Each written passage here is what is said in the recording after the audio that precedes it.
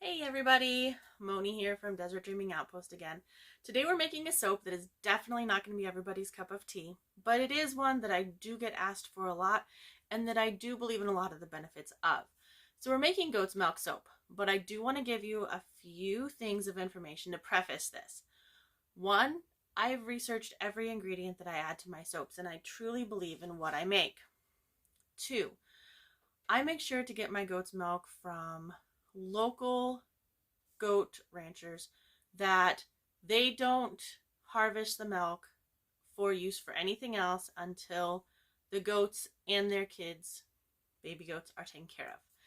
So that's kind of where I get it from and how I make the decision to make this soap. I do live in a rural area and goat's milk soap is very, very popular. I do use it myself, but we also have some of our closest friends that do not want animal products in their bath and body products.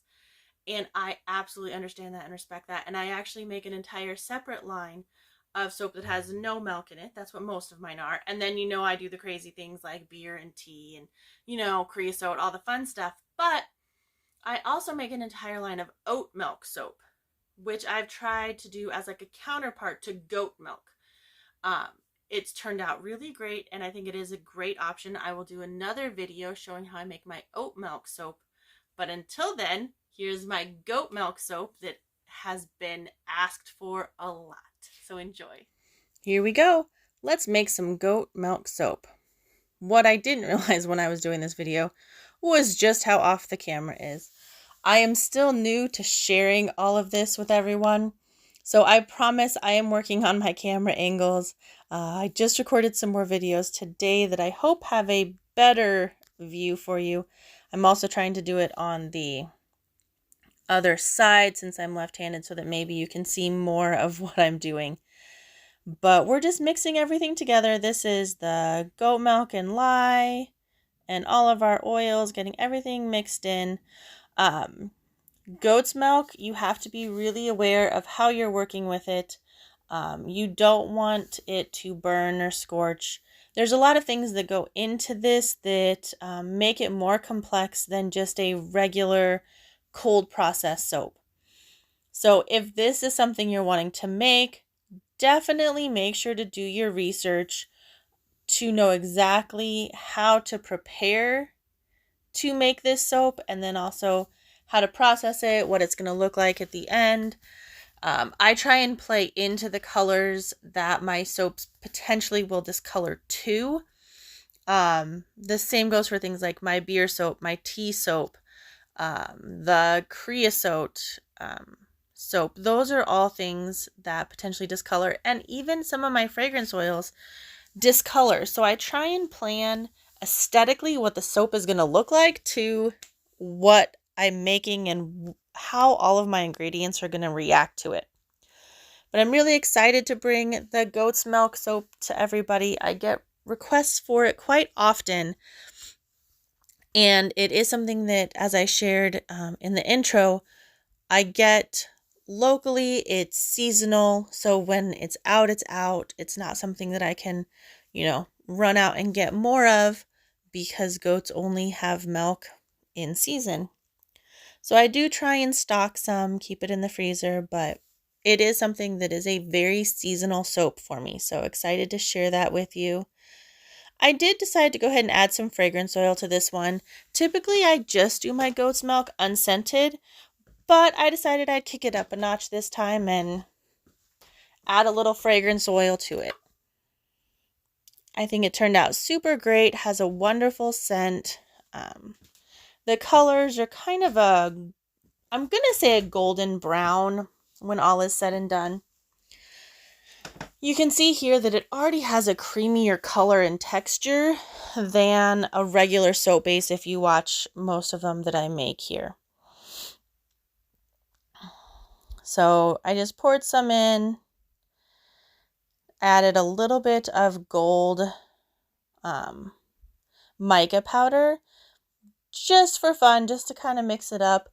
By the time the soap cured, I will say, and you'll even see in the cutting that it is discolored to kind of a golden brown. So that's just something you have to plan ahead with when you're making something like that, and that's absolutely okay. There are some people that just do completely unscented, undyed soap. I actually make a line like that. My best friend's son has to have things that don't contain a lot of chemicals or a lot of different ingredients. So I have a line of just the facts, and it literally is my amazing but basic soap recipe. No fragrances, no dyes, no mica powders. And I do something that carries through everything. The beard oils and shave oils, the lotions, everything has an unscented option. And that's typically what I do for my goat's milk. I've also done some really fun goat's milk. I've done a pink and white swirl on a black background. But I do really like making goat's milk. It makes me think of my uncle. He raised goats, and when I was young, I got to go visit him, and he would teach me how to milk the goats, and I accidentally squirted him. I remember one time, and everybody was like, oh my gosh, and you didn't accidentally squirt my uncle with goat's milk. And it truly was an accident, but he just laughed his great big laugh, and we got right back to it. So anytime I make goat's milk, it just reminds me of him. I love that memory. And making goat's milk soap, while it is not for everybody, and I understand that and absolutely respect that, it is something that a lot of people do really love. And for me, it's not just a soap, it's a memory. I remember just, getting to go visit and spend time with my family, with my cousins, with my uncle. And so anytime I'm making this soap, I'm kind of just in my own world thinking of him, and the time I got to share with him. He has since passed. So this is one of those things that just makes me feel close to him. So I love that I get to bring it to everybody else, even though it's such a special memory for me. As you can see, I couldn't figure out what I wanted the soap top to look like. And I made some goat's milk soap rocks, which, if you know me, making rock goat's milk soap is pretty appropriate. So here is all of the cutting. We'll get to what it looks like in just a second, but you can see it was ready to go, slid right out, and there's that color. Like I said, it's like a golden brown, golden orange. I think it turned out really cute. I do like it. There's not a lot of variation in it. It's soap. But I do love how it turned out, and I love the memories. And it's funny, even when I make my oat milk soap, which is the line for those that prefer not to have any animal products in them, but still want that milky consistency in a soap, I still think of my uncle, even though it's not the goat's milk, it's the oat milk. And labeling is always super important when I do this. And that's true for everything. Going back and forth between lines. I do not have anything else that contains any animal products other than the goat's milk. So I have to be really careful as I'm making the goat's milk soap in relation to making sure everything is clean and prepped properly and ready to go for the next. But here you can see just cutting the last few, and I still need to work on my camera angles, so thanks for being patient with me. I am still learning, just like everybody else. So even though I have been making soap and bath and body products for over a decade, I am still learning on how to do these videos.